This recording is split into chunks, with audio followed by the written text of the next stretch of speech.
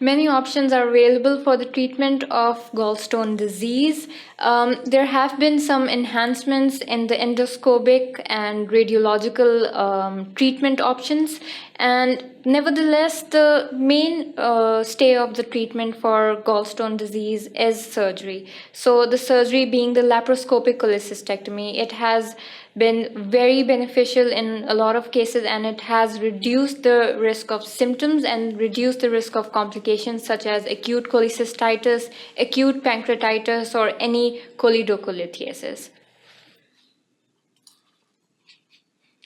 So, coming to the treatment options, there are two different options that we can provide to our patients. There's a medical side of the treatment, and then there's a surgical side of the treatment. So, if we talk about these options, treatment options that we can offer to our patients, the medical treatment involves a dissolution therapy, which I'll be discussing in detail, and the other being the extracorporeal shockwave lithotripsy. So, there's a machine known as the lithotripter. So, it causes some shock waves that can also cause the shrinkage of the stones and the dissolution of these stones. Other than that, if we talk about the surgical treatment options that we can provide, these include the open cholecystectomy, which is the foremost and the most famous surgical option that we can provide. Other than that, we've got the laparoscopic cholecystectomy and alongside cholangiography. The mainstay of the current non-surgical treatment of gallstone disease is the dissolution of the therapy, which could be with the ESWL, which is the lithotripsy, or without the lithotripsy. So if we talk about the medical therapy, which is the dissolution therapy, the rationale for the oral dissolution therapy is that the reversal of the condition of the stones. So it is possible that the stones that have been formed, they are reversed back and they are completely dissolved. That is why it's called as the dissolution therapy. If we talk about it in detail, there are two acids that are very necessary, one being the quinodeoxycholic acid and the second being the ursodeoxycholic acid. So these both stones, they help in decreasing the bile saturation and the secretion of the cholesterol that causes the formation of these stones. So what really happens is that with the help of these acids, they reduce the secretion and the supersaturation of the cholesterol, and ultimately there is the dissolution of these stones. There's another item or medicine that we can provide with. These are the prokinetic agents. These include the alpha adrenergic antagonist, the clarithromycin, and domperidone. So these drugs, they're not very effective in the treatment and the prevention of these gallstones. So if we talk about the dissolution therapy, who are the patients that are more prone to having a benefit with the dissolution therapy? So we have a criteria for selecting these patients for this specific sort of a treatment. So the selection criteria is for the oral dissolution therapy, and it is a function of three main important things. That is the stage of the gallstone disease, the gallbladder function, how much is the gallbladder functioning, and the characteristics of the stone. So this includes the stage of the gallstones, includes the symptomatic biliary pain without the complication. So the patient having the biliary pain but without any complication. So this is one of the criteria. Other being the gallbladder function, which in detail is the opacification of the gallbladder on oral cholecystography. So we might be able to notice a patent cystic duct. Other than that, we can see the normal stimulated cholecystography, in which we might see the normal functioning of the gallbladder, that is the emptying of the gallbladder. So the third gallbladder function includes the normal result of the functional ultrasound. So in ultrasound, we'd be seeing that the normal gallbladder emptying after a test meal. So this is the second sort of a criteria that we can offer to these patients. The third being the stone characteristics. So what kind of stones that a patient might have, and we might decide the medical therapy, the dissolution therapy according to that. One being that if the stone is radiolucent, or the stone might be isodense or hypodense to bile and absence of the calcification on CT. So after testing the patient through a CT scan, we might see that there might not be calcification of the stones. And lastly, diameter of the stone, which must be less than 6 millimeter, which is the optimal size. So these are the patients who we can offer oral dissolution therapy. So coming to the second imaging technique, like I've mentioned about the ultrasound therapy. So ultrasound is one of the investigation through which we can have a criteria for our patients. So one being that this is the ultrasound image, and as you can see, we can notice that the gallbladder has 2 stones visible within it. Other than that, this is an image of the cholesterol stones. So having a stone in the gallbladder which is radiolucent and having cholesterol stones. So these are the criteria that is favorable in patients who we can offer dissolution therapy. Other than that, this is in a radio opaque gallstone on a plain film. As you can see, these stones that are visible on a radio film, which is an X-ray of the abdomen. And then we can see these large pigmented gallstones, which is one of the more popular sort of gallstones. So having this criteria, having these stones visible on an X-ray film and having pigmented stones, so this is this sort of therapy is inappropriate and not very beneficial for patients with this criteria. So we might not recommend them having dissolution therapy. So coming to the second type of medical treatment, being the extracorporeal shockwave lithotripsy. So what really happens is that we provide shock waves that are targeted to the stones, and these stones then they shatter or they completely dissolve, and they might turn into powder form, and this is the way that we can get rid of these stones. So the reason for having ESWL, which is the short form for extracorporeal shock wave lithotripsy, is to diminish the surface of the volume ratio of a stone, and thereby increasing the efficiency of the oral dissolution therapy. So this therapy goes alongside with the oral dissolution therapy. So this helps in reducing the volume and reducing the surface of the stone, and then ultimately giving the patient oral dissolution therapy helps in completely getting rid of these stones. So what really happens is that we have 4 different types of lithotripsies that we can offer to these patients, and they're being developed.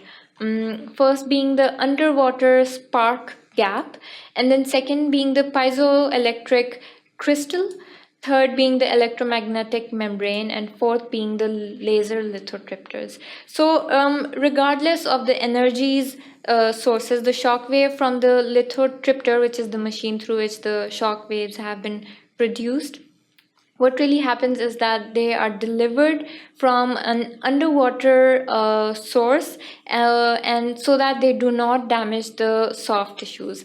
So the passage of the shock wave through the soft tissue, it does not really damage the soft tissues significantly. So we take all measures to try to avoid that sort of damage.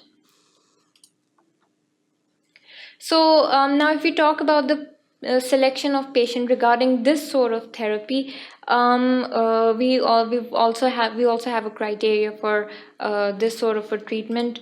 The criteria includes the stage of the gallstone disease, which is the same that the patient is symptomatic with biliary pain and without any complications. Second being the gallbladder function. We'll be seeing the different sort of gallbladder functions. That's completely similar to the one for oral dissolution therapy. We will see that if the patient has a patent cystic duct, and we'll see through the ultrasound that the gallbladder is functioning well, it's emptying all the bile, and lastly, the normal gallbladder emptying after a test meal, after the patient has taken some meal.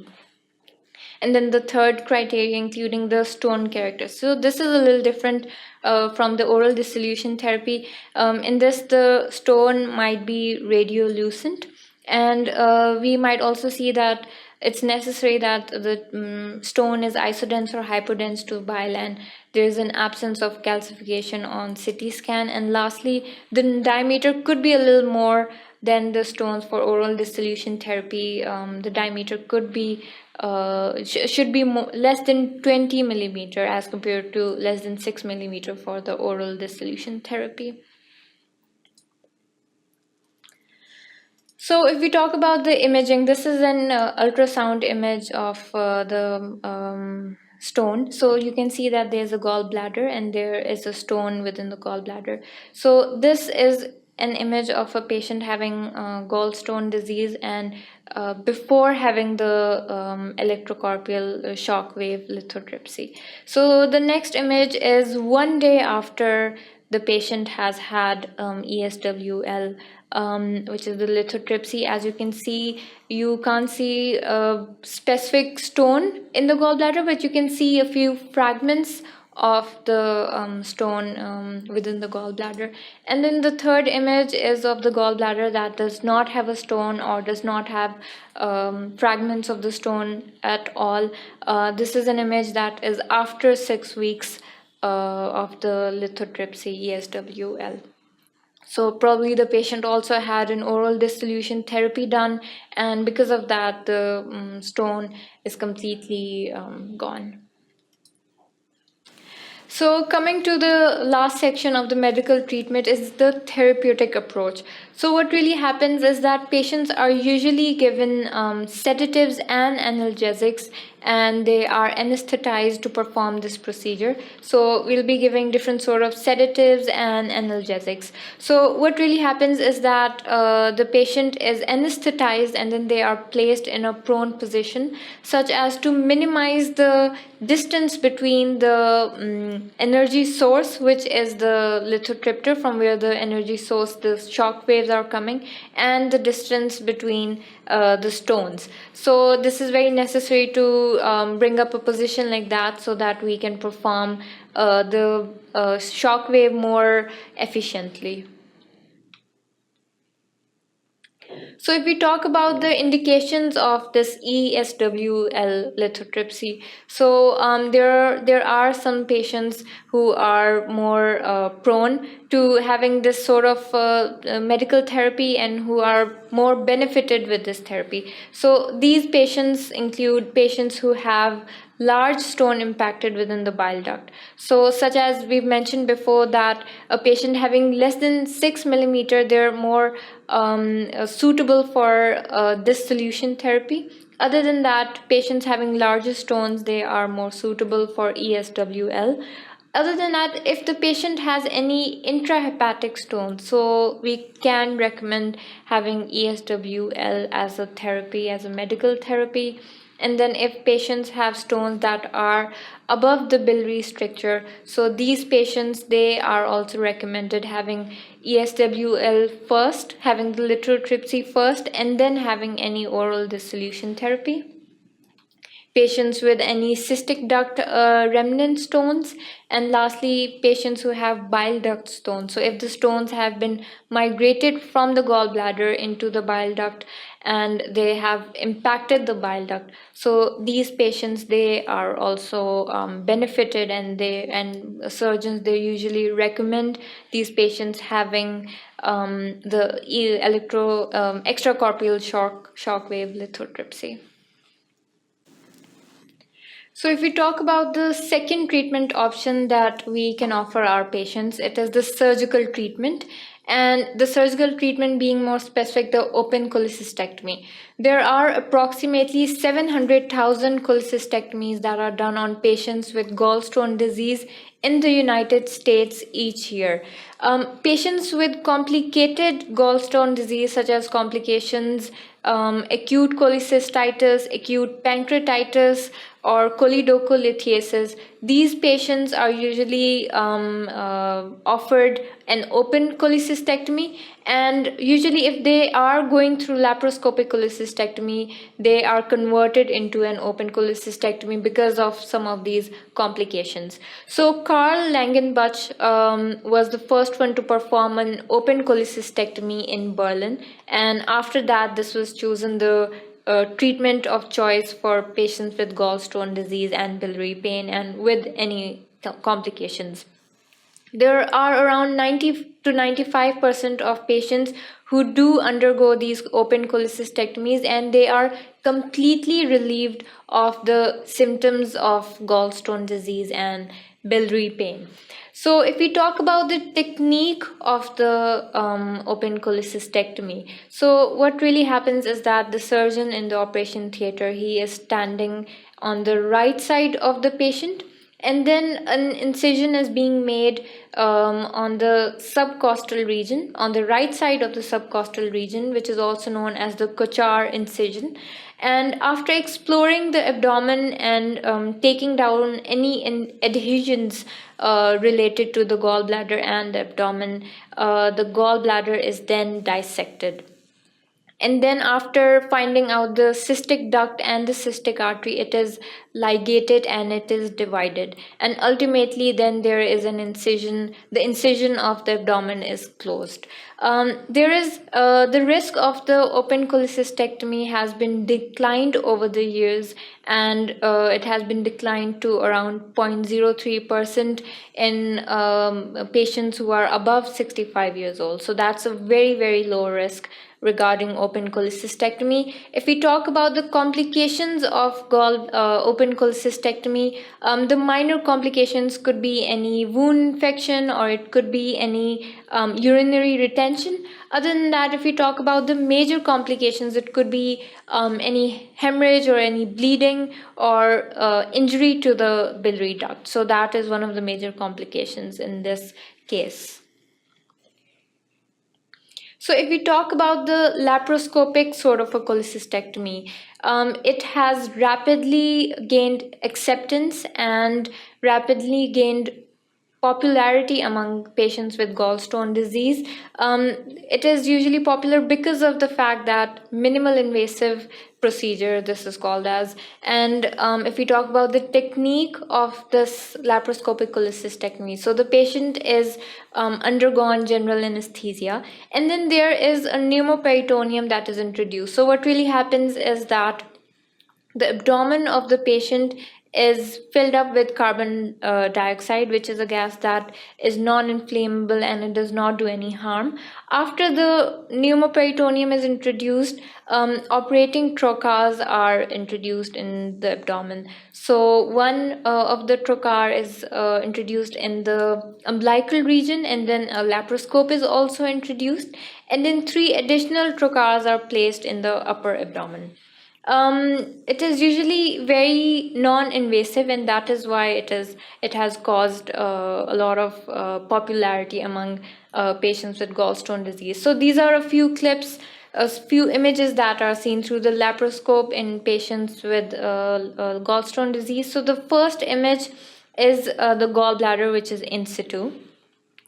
And then the second image, as you can see, is that there is the retraction of the fundus of the gallbladder towards the right shoulder. As you can see, the fundus is pulled upwards towards the right shoulder so that it can have a more clearer view. And then the third image is that the infundibulum of the gallbladder, it is pulled towards the right lower side of the abdomen. As you can see, it's completely opposite to the right shoulder side. And then in the fourth picture, you can see that there is the division of the peritoneum, and it exposes the critical view, which is the critical view where the patient, where the surgeon is about to ligate and dissect the gallbladder. And then in this image, you can see that the cholangiogram catheter is introduced into the cystic duct. And then this is an image of the cholangiogram, which is normal. We can see that everything's normal within this cholangiogram. And then lastly, the gallbladder is removed and then it is electrocauterized. So these are the steps that are taken in patients with laparoscopic cholecystectomy. So if we talk about the treatment of choice, there are several factors that influences the choice of the treatment, such as open cholecystectomy or laparoscopic cholecystectomy. So these usually, the criteria usually includes the stage of the gallstone disease or the characteristics of the stone, what sort of stones are present. Are they the cholesterol stones? Are they the pigmented stones? What are the sizes of the stones? We also check out the gallbladder function, and lastly, the preference of the patient. We also involve the patient in the treatment, and we give out the options that are available and ask the patient's preferences. Other than that, all patients usually they should be encouraged to have a laparoscopic cholecystectomy, as it is completely non-invasive. And patients with complications usually they do undergo laparoscopic cholecystectomy with a cholangiogram. So, if we talk about the indications for treatment for specific disorders such as the biliary pain, if the patients usually they have they only have the symptom, which is the biliary pain. So, what are the treatment options for those patients, and then what are the treatment options for patients who have chronic cholecystitis? So, majority of the options, the treatment options that are available for biliary tract disorders, they are usually only performed to relieve the symptoms, such as patients with biliary pain. They usually have the stone that is impacted in the lumen of gallbladder, which causes the pain. So the ultimate solution is the removal of the stone, and that could only be done by completely dissecting out the gallbladder. So cholecystectomy is ultimately done, and cholecystectomy is ultimately indicated in patients with biliary pain and chronic cholecystitis. So, if we talk about patients with acute cholecystitis, this usually includes a series of treatment options. First of all, the very necessary step is that the patient is well hydrated, and then the restoration of the tissue perfusion, which is also very necessary, and then to balance out the electrolyte if the patient has any sort of imbalance in his electrolytes level. So it's very necessary to the foremost treatment option is that we need to balance out the electrolytes.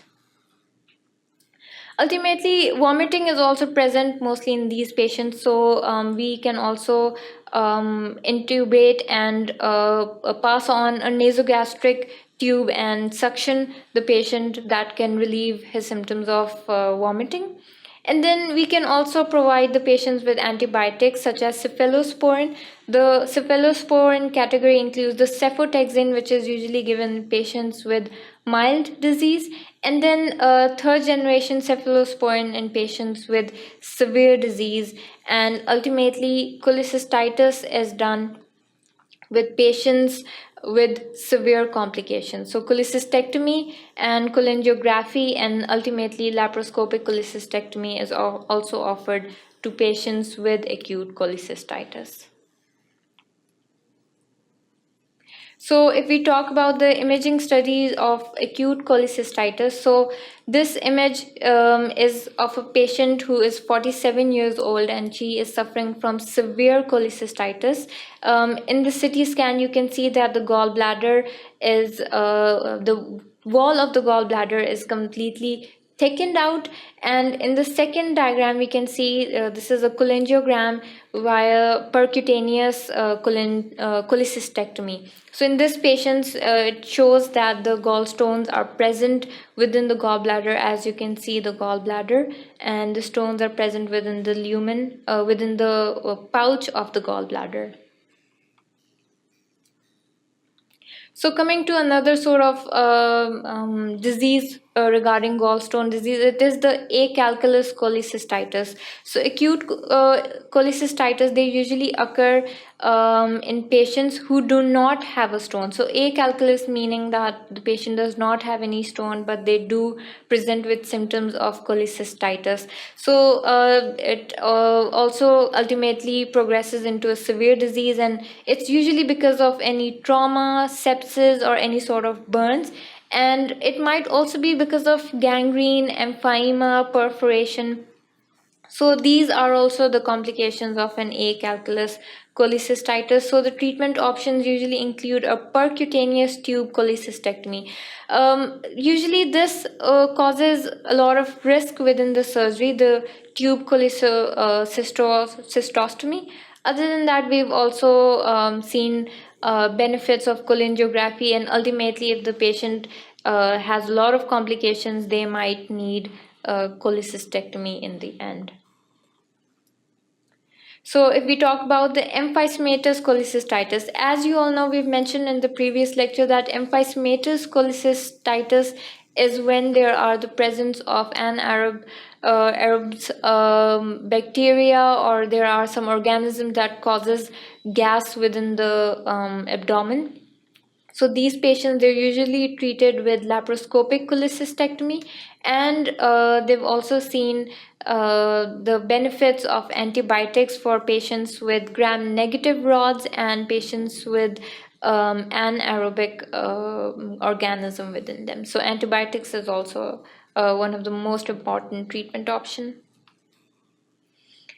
If we talk about the gallstone pancreatitis, so as you all know, there are a lot of complications that occurs because of the presence of gallstone within the pouch of the gallbladder. So one of the main complication is the acute pancreatitis.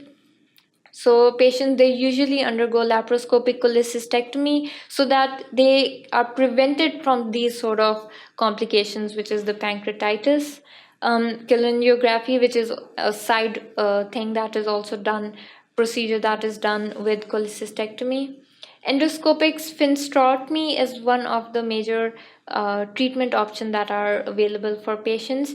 And lastly, clearance of bile duct. So these patients, they are usually initially managed with fluid resuscitation and monitoring, but then ultimately we're supposed to have laparoscopic cholecystectomy and the clearance of bile duct to avoid any pancreatitis.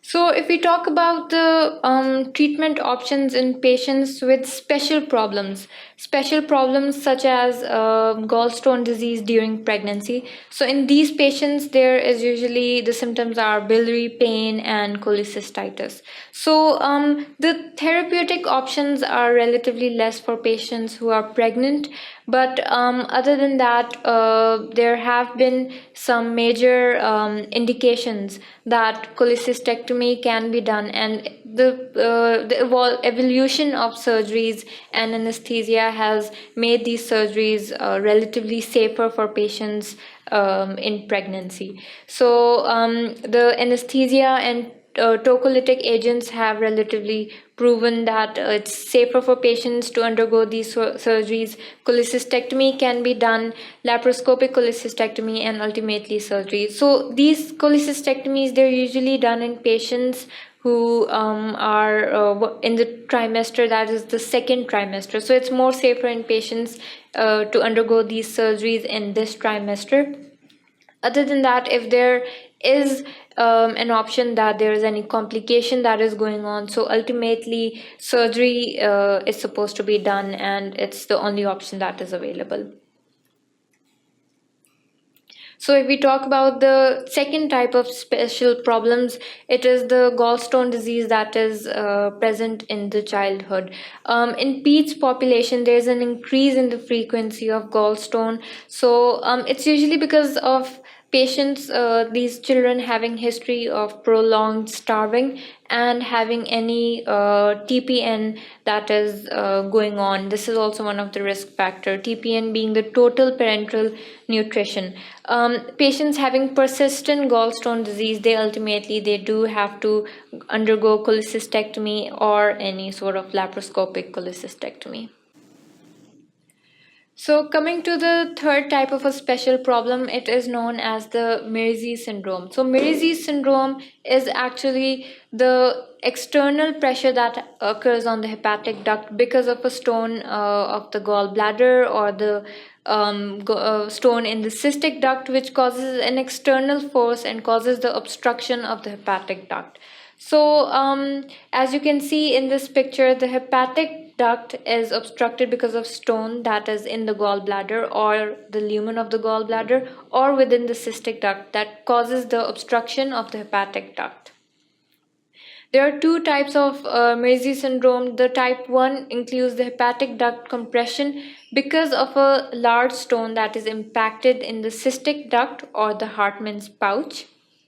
And the second type is because of a calculus that has eroded into the common hepatic duct to produce the cholecystocolidocal fistula. So the stone has eroded from the gallbladder or the cystic duct into the hepatic duct and causes the compression.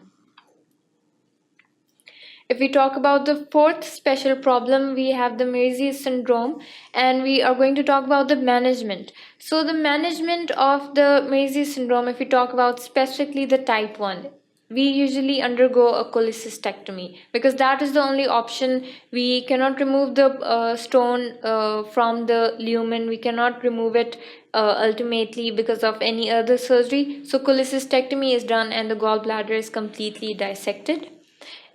This could be with or without any bile duct exploration. And then there's a option of a partial cholecystectomy that occurs with the post-operative endoscopic sphincterotomy. So these are the two options that are given for patients with type 1 of Mersey syndrome. If we talk about the type 2 of Mersey syndrome, it is divided into three more types. So type 3 being the part in which the the gallbladder is involved to around 1/3 of the gallbladder. In this, partial cholecystectomy is usually done, and then the removal of the calculus and choledocoplasty. And then in type 4, where around more than 2/3 of the gallbladder is involved, we ultimately have to have a surgery, a major surgery done, which is the Roux-en-Y hepaticojejunostomy. So this is the only option available for patients with Mersey syndrome type 4. So if we talk about the type 3 Mersey syndrome, as you can see, this is a CT scan image, and we can see that the gallstone, a large gallstone, is impacted in the infundibulum of the gallbladder. And then in this image of the MRCP, we can see that the stone is impacting the infundibulum of the gallbladder over here. And then ultimately, this is an ERCP that shows that the common hepatic duct is also undergoing the intraluminal gallstone that causes the obstruction. As you can see over here, that the hepatic duct is also obstructed because of the gallstone.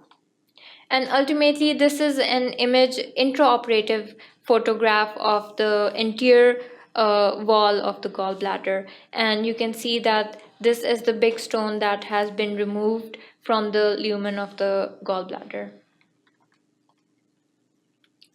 So if we talk about a fourth type of a special problem, which is the gallstone ileus. So gallstone ileus is the causage of intestinal obstruction by the impaction of the large gallstone. So the gallstone, it usually migrates from the lumen of the gallbladder, and it ultimately, through the cystic duct, it enters into the intestine and it causes obstruction.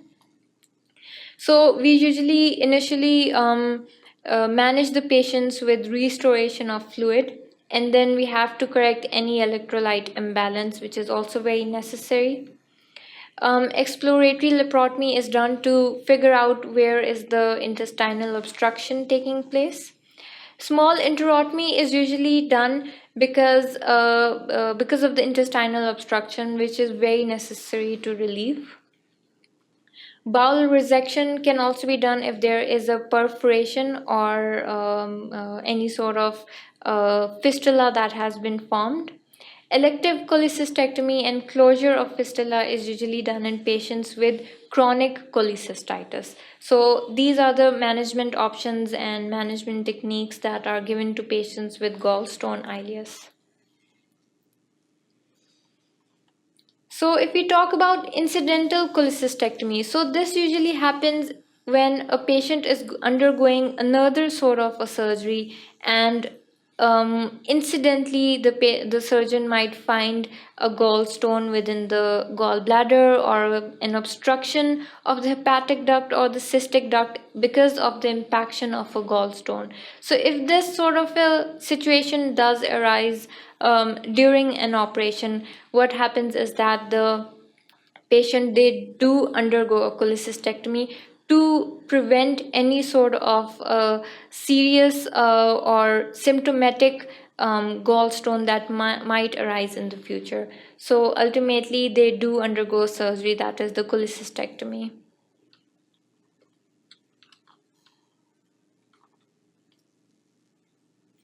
So if we talk about cholelithiasis, so cholelithiasis, this we have to diagnose it preoperatively. So if we have a patient, the surgery options that are given in these patients is the endoscopic sphincterotomy. So this usually happens in patients who are undergoing any sphincterotomy, and the alternative treatment option is the laparoscopic cholecystectomy. So, if a patient is undergoing cholecystectomy during the surgery, so the management option is that first of all we see that if there's an unsuspected bile duct stone, laparoscopic choledocoscopy is done. If it's successful, so we are going to see the different options that are available. If it's successful, then we complete the laparoscopic cholecystectomy, and if in some cases it is an unsuccessful, we convert the open cholecystectomy into a bile duct exploration. Or the laparoscopic cholecystectomy could be done, and post-operatively ERCP or any endoscopic sphincterotomy can also be done.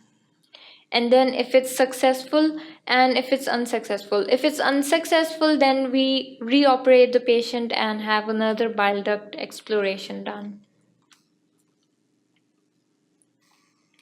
And now if we undergo the treatment of cholelithiasis, that is after the cholecystectomy, these patients, they usually undergo a radiological extraction of the stone. So this extraction is usually done if the patient already has a T-tube that is present, and this extraction of the stone is done with the help of going through the T-tube.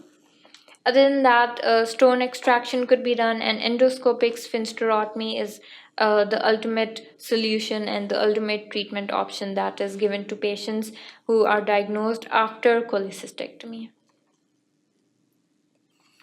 So if we talk about the bile duct strictures, these are the different images that we are going to be showing you. There are three common patterns. The first and the second is a pattern in which the patients, they have a bile ascites. So as you can see in this picture, the ascites is being held because of the leakage of the bile.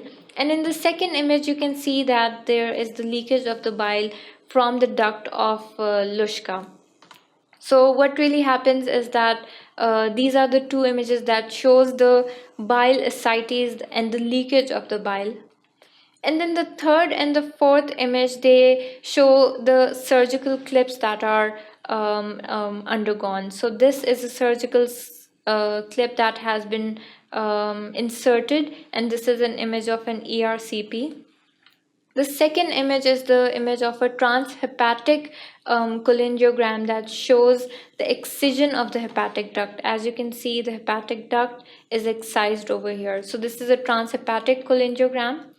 And then lastly, this is the third pattern of the stricture. As you can see in this ERCP image, there is the presence of the surgical clip.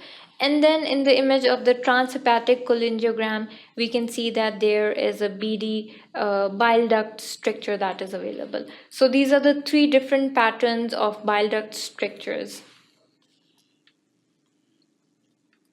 So now if we talk about the bile duct strictures treatment, usually there we repair it through surgery, and the ultimate solution could be with the help of a Roux and Y choledochojejunostomy, or the option could be of a Roux and Y hepaticojejunostomy. So the best results are performed with the help of these Roux and Y jejunostomy with the help of intestinal endoscopic sphincterotomy. And ultimately, if the patient has a benign post-operative stricture, what really happens is that we can offer them a plastic removable stent that can help get rid of these strictures.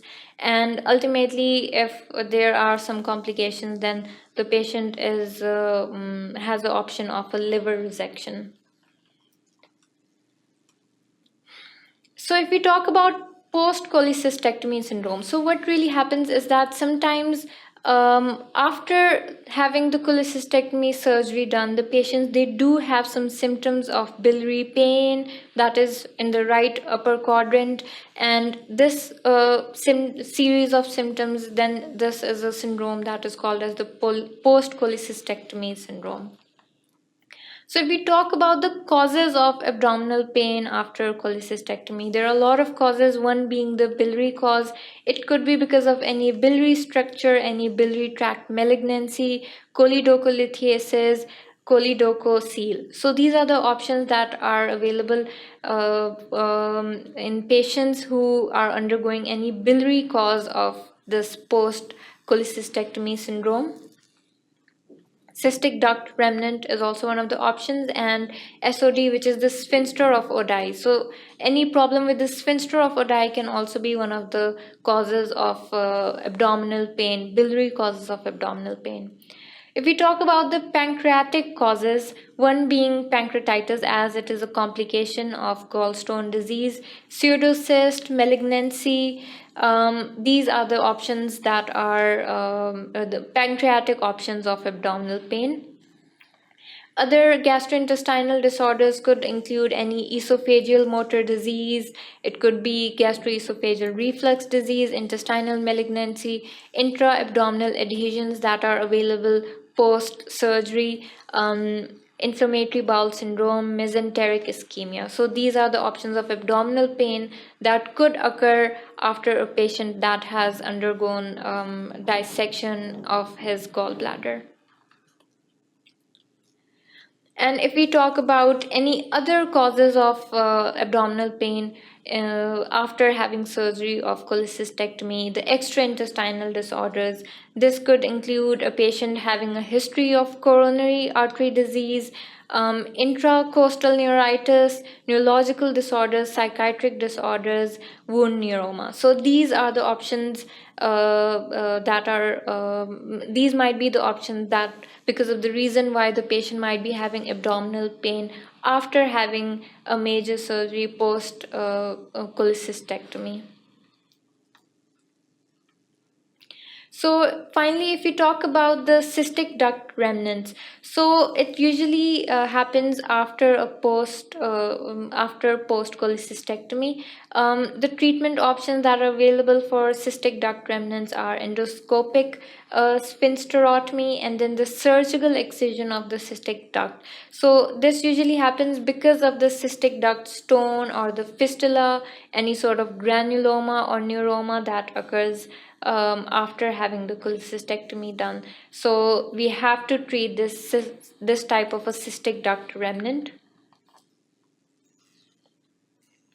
So lastly, if we talk about gallstones, cholecystectomy, and cancer being the ultimate complication that can arise in patients with gallstone disease. So patients, they do have chances of having biliary tract cancer. So as there is a strong association of gallstones with any biliary tract cancer, there is an increased risk if the patient has any large stone, or they have multiple sort of stones within their gallbladder, or there is a calcification of these stones, or in some cases if there is porcelain gallbladder having the fistula that occurs because of the stone penetrating through the walls of the gallbladder and ultimately the intestine, the duodenum, the ileum, or the stomach. So this is an image of the macroscopic image of a patient having biliary tract cancer. And then lastly, there are chances and there are association of colorectal cancer with gallstone, and it is usually in the right colon. This attributes to the gallstone, this attributes more to gallstone as compared to cholecystectomy.